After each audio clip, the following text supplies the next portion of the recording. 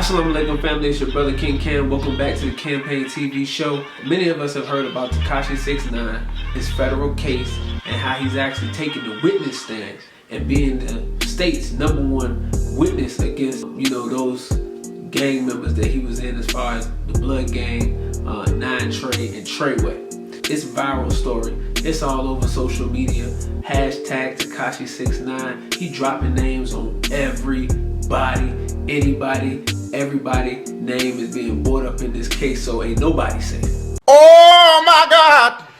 Ain't nobody safe with Tekashi 6ix9ine. But in all seriousness, I want us to use this as a learning moment.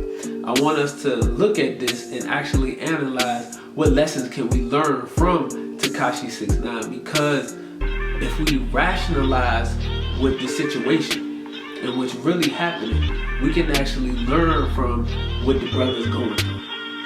Now, the Honorable Minister Louis Farrakhan teaches us to never laugh at a man that's down or that's going down, because you could be in that same position.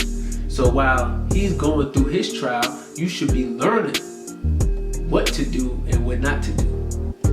So what this case is showing us with Tekashi 6ix9ine is how we can make better and have better decision-making skills when it comes to choosing who to be around, choosing who to look at as role models, and how we should tailor and who we should tailor our life after. Brother Tekashi 6ix9ine was influenced by a lot of different people. Obviously, the brother wasn't built the way he should have been built if he wanted to be in the streets and living the street life. And if you look back at his career, and as he grew and started buzzing on social media, he was doing a lot of outlandish things, doing a lot of things to get a lot of likes and all of that kind of stuff. But what is the true price for that? Really, what is the true price of being in a gang? Because we have to understand there's always consequences for our decisions. There's always consequences and repercussions. No matter what's going on, there's a positive and a negative. So we have to look at this. Also, we got to look at the fact that the prison industrial system is a multi-million-dollar industry. Out of the 2 million people on the planet, on the population in the United States of America, the 2 million out of the 7 billion people are incarcerated. Now, these people are being used for labor from the prison industrial system through privatized contracts with multi-million-dollar companies. For example, you got Target, you got UPS, you have Boeing, you have Macy's, you have a number of different companies who utilize private systems through contracts, private prison industrial systems, get contracts and use the inmates for either free or below minimum wage labor.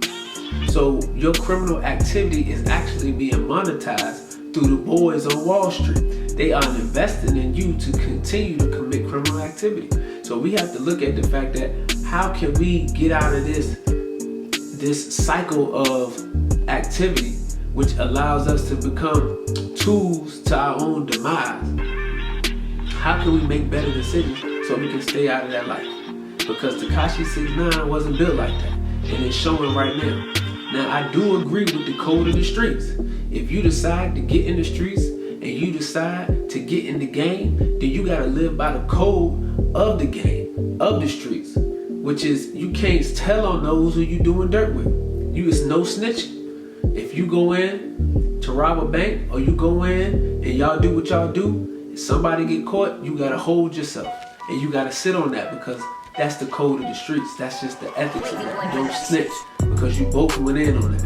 Everybody consciously decided to do this, so you can't rat your mans out to try to save your behind. It don't work like that. So you have to go with the code of the streets. So the best thing to do is, if you're not willing to sit and ride, then you shouldn't even decide to even take that path in life.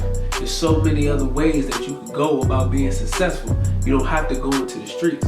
You don't have to prove yourself to be a gangster to nobody, because the streets is undefeated. The feds have a 98% conviction rate, not because they do good police work, but because they got snitches. Because people turn rap and they snitch on their own man. So the system uses you and uses your lack of ability to hold water, your lack of ability to even be or have integrity against you as a weapon to throw you and the rest of your people in jail. So we have to understand that we are being used. So we can't allow this to continue with the knowledge and the wisdom and understanding and the things that we have given to us by many of the great people before us, our ancestors before us, and the only black man standing for the people now, the Honorable Mr. Louis Farrakhan, telling us that self-improvement is the basis for community development. And we gotta take responsibility for ourselves. So we can't laugh at the brother Tekashi 6ix9ine, even though he got diarrhea in the mouth. We can't laugh at the brother, because it could have been any one of us. But it's about decision making. How can we make better decisions and come out on the other end of that thing bigger, better, and more productive people? I appreciate you all for watching the Campaign TV show. It's your brother King Cam. Peace and love. Assalamu alaikum.